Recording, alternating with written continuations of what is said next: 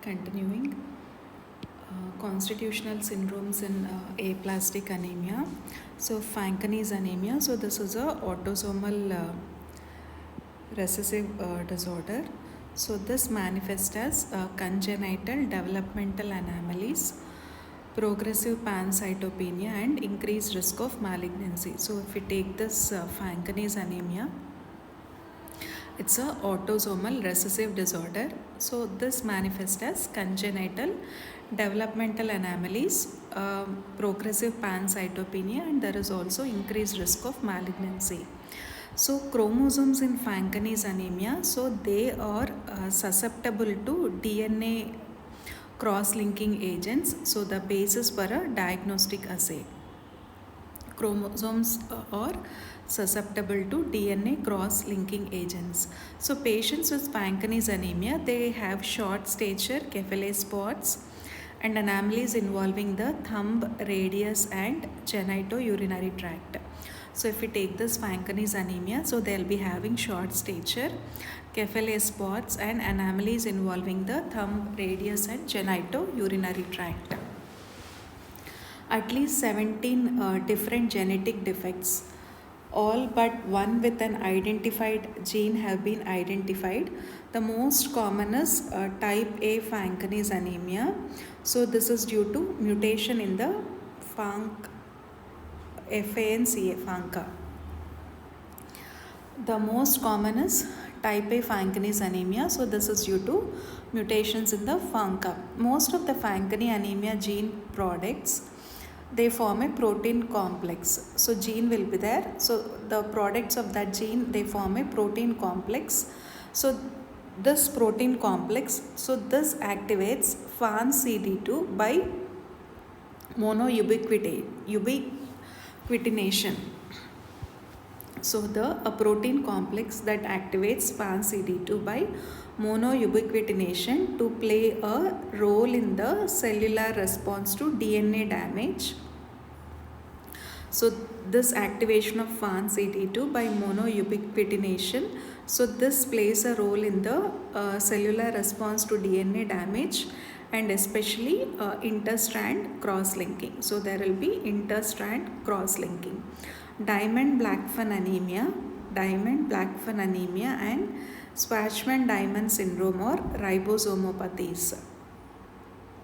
Diamond-Blackfan anemia and Schwartzman-Diamond syndrome or ribosomopathies. So genetic defects in ribosome assembly that are tissue specific. Genetic defects in ribosome assembly, so these are tissue specific. In Schwartzman-Diamond syndrome, so how does this Schwartzman-Diamond syndrome? So the presentation is early in life with neutropenia, pancreatic insufficiency, and malabsorption. So in Schwartzman-Diamond syndrome, presentation is early in life with neutropenia, pancreatic insufficiency, and malabsorption. So most patients have compound heterozygous mutations in Schwartzman-Diamond syndrome. So most of these patients, they have compound heterozygous mutations in Schwartzman-Diamond syndrome. So in the telomeropathies, inherited genetic defects after telomere repair or one of the sheltering protein components of the telomere.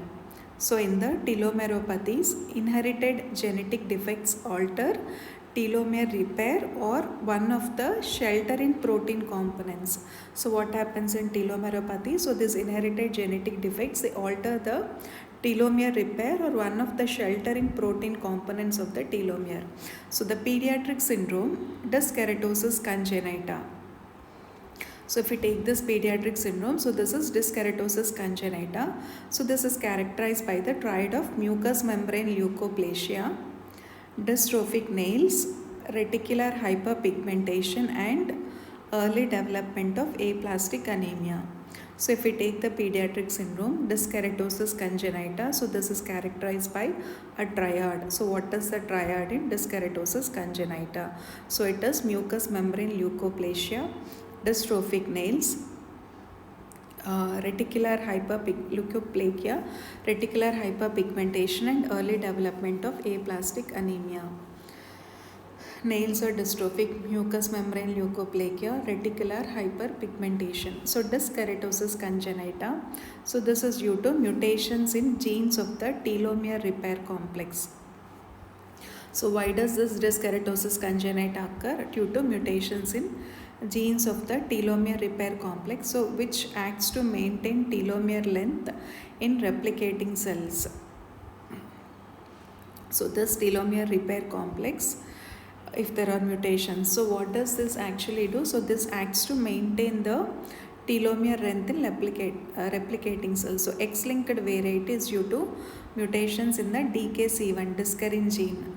So the X-linked variety of this disc keratosis congenita, this is due to mutations in the DKC1 discarin gene. The more unusual dominant type, it is due to mutations in TERC. So this encodes an RNA template. See, we also have this autosomal dominant type. So this is more unusual. So this is due to mutations in the TERC. So this TERC, so this encodes an RNA template. So rarely mutations can also occur in genes such as TNF2 that encode sheltering proteins. Rarely, so these mutations, they can also occur in genes such as TNF2, so that encode the sheltering proteins. So this bind the telomere DNA. Rarely, mutations can also occur in genes such as TNF2. This encodes sheltering proteins which bind telomere DNA. Mutations in TERC and TERT, mutations in TERK and TERT, so they encode the catalytic reverse transcriptase telomerase. Mutations in TERK and TERT, so they encode the catalytic reverse transcriptase telomerase. They have subtle and milder effects on hematopoietic function, and presentation as adults is not unusual. TERK and TERT, so what does they encode? They encode the catalytic reverse transcriptase telomerase. So they have subtle and milder effects on hematopoietic function, and presentation in adults, it is not unusual. So it manifests as moderate aplastic anemia, which can be chronic and not progressive, and isolated macrocytic anemia or thrombocytopenia. So this mutations, no, so this can be manifested in the form of moderate aplastic anemia, so which can be chronic and it is not progressive, and isolated macrocytic anemia or thrombocytopenia. Physical anomalies are usually not present, but early hair graying is a clue to the diagnosis. Physical anomalies are not present, but what is the clue to the diagnosis? Early hair graying is a clue to the diagnosis. A detailed personal and family history may disclose pulmonary fibrosis and hepatic cirrhosis. Variable penetrance means that TERT and TERC mutations present risk factors for marrow failure, as family members with the same mutations may have normal or only slight hematological abnormalities, but more subtle evidence of compensated hematopoietic insufficiency. Variable penetrance means that TERT and TERK mutations, they represent risk factors for marrow failure, as family members with the same mutations,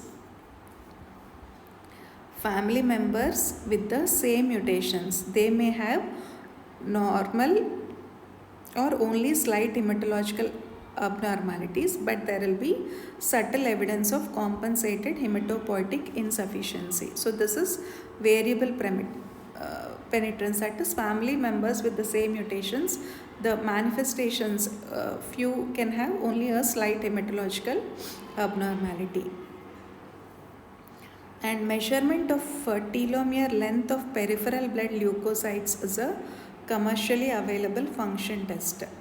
So measurement of the telomere length of the peripheral blood leukocytes. Measurement of telomere length of peripheral blood leukocytes is a commercially available functional test.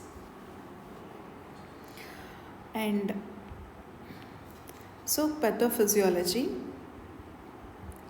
Bone marrow failure results from severe damage to the hematopoietic cell compartment. So bone marrow failure, so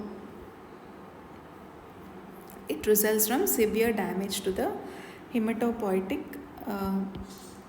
cell compartment. So in aplastic anemia, replacement of the bone marrow by fat, it is apparent in the morphology of the biopsy specimen.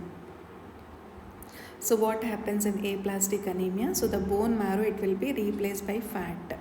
And MRI of the spine also, you can see that bone marrow, it will be replaced by fat.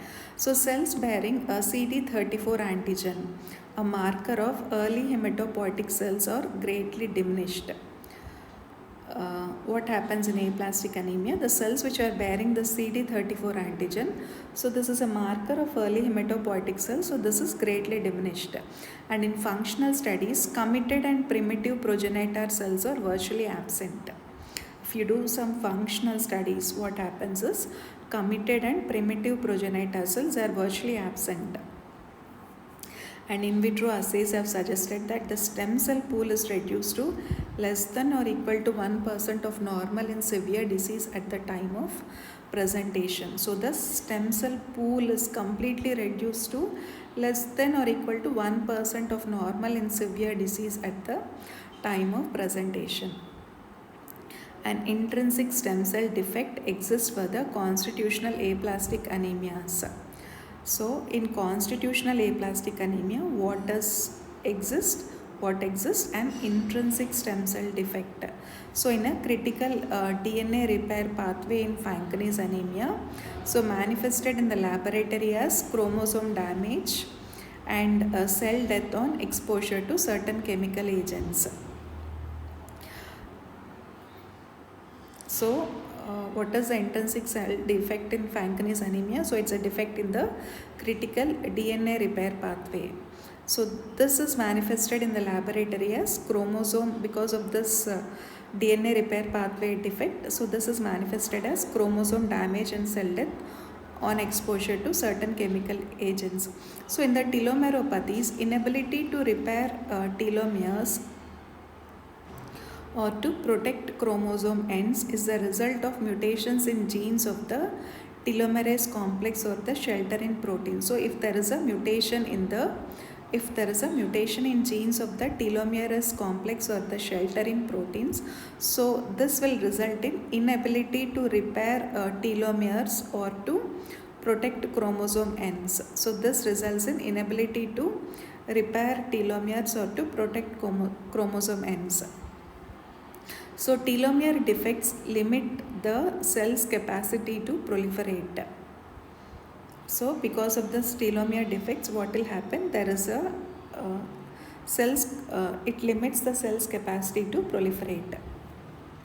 Mutations in the GATA and RUNX gene affect signal transduction and transcriptional regulation in hematopoietic gene networks. So we have studied GATA, RUNX. So what does the effects? If there is a mutation in this GATA and RUNX gene, so this affects the signal transduction and transcriptional regulation. So mutations in GATA and RUNX affect the signal transduction and transcriptional regulation in hematopoietic gene networks.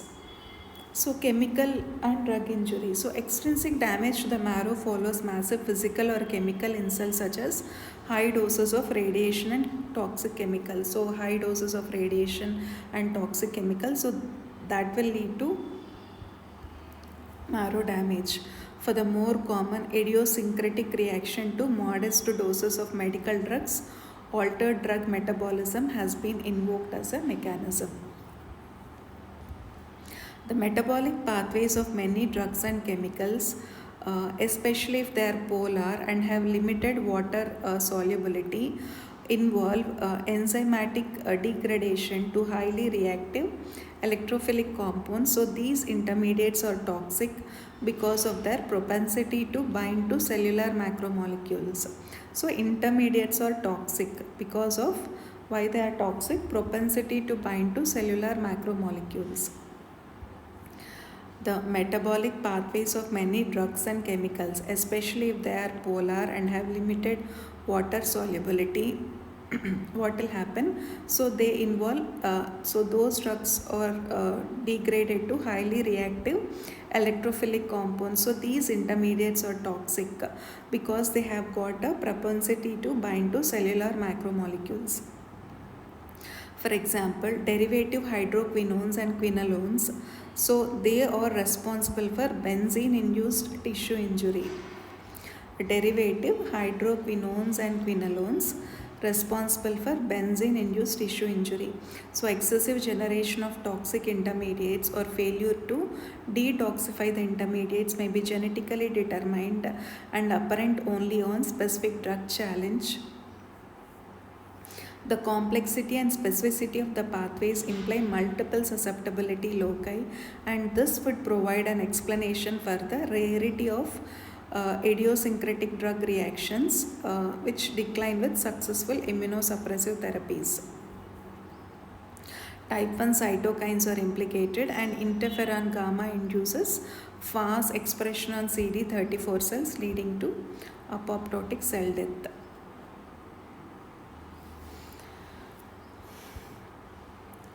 So the complexity and specificity of the pathways, so there is a complexity and specificity of the pathways. So this implies multiple susceptibility loci, and this would provide an explanation for the rarity of the idiosyncratic drug reactions. And the rarity of aplastic anemia, despite common exposures, medicines, seronegative hepatitis, suggests that genetically determined features of the immune response. So because of this genetically determined features, immune response, so this can convert a normal physiological response. If some genetically determined abnormality is there, so this can convert a normal physiological response into a sustained abnormal autoimmune process. So this include polymorphisms in the histocompatibility antigens, cytokine genes, and genes that regulate T cell polarization, maturation. So because of this, what will happen? So there will be a sustained and abnormal autoimmune process. So this includes polymorphisms in the histocompatibility antigens, cytokine genes, cytokines will be produced, cytokine genes, and genes that will regulate the T cell polarization, maturation towards helper or cytotoxic phenotypes, and T cell effector function. So then here we have a normal and aplastic bone marrow. So A is normal bone marrow biopsy, and then B normal bone marrow aspirate smear. So the marrow is normally 30 to 70% cellular, and there is a, so marrow is normally 30 to 70% cellular. There is a heterogeneous mix of myeloid, erythroid, and lymphoid cells. There is a heterogeneous mix of myeloid, erythroid, and lymphoid cells. Aplastic bone marrow biopsy, so all replaced by fat, and then marrow smear in aplastic anemia. So the marrow shows replacement of hematopoietic tissue. So the hematopoietic tissue, it will be replaced by fat, and only there will be residual stromal and lymphoid cells. So the marrow will be replaced by fat, and there only will be residual stromal and lymphoid cells. Fanconi's anemia, autosomal recessive disorder, Schwarzman-Diamond syndrome, Diamond-Blackfan anemia, and Schwarzman-Diamond. So these are ribosomopathies, genetic defects in ribosome assembly. So Schwarzman-Diamond syndrome, early in life with neutropenia, pancreatic insufficiency, and malabsorption. Pediatric dyskeratosis congenita, mucous membrane leukoplasia, dystrophic nails, reticular hyperpigmentation, and early development of aplastic anemia.